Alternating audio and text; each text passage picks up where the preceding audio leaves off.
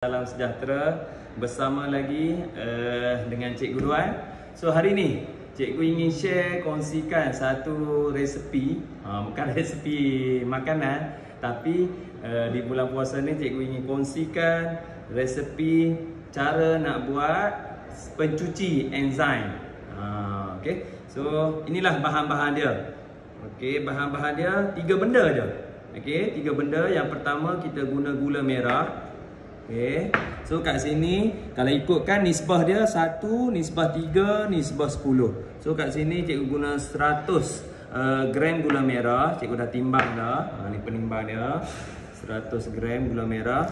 Dan cikgu guna 300 gram. Okay, sisa tak kisahlah, sayur-sayuran ataupun buah-buahan yang ni. Cikgu guna kat sini oren dengan plum. Dan yang ni yang ketiga, bahan dia cikgu guna 1000 ml ataupun 1 liter air.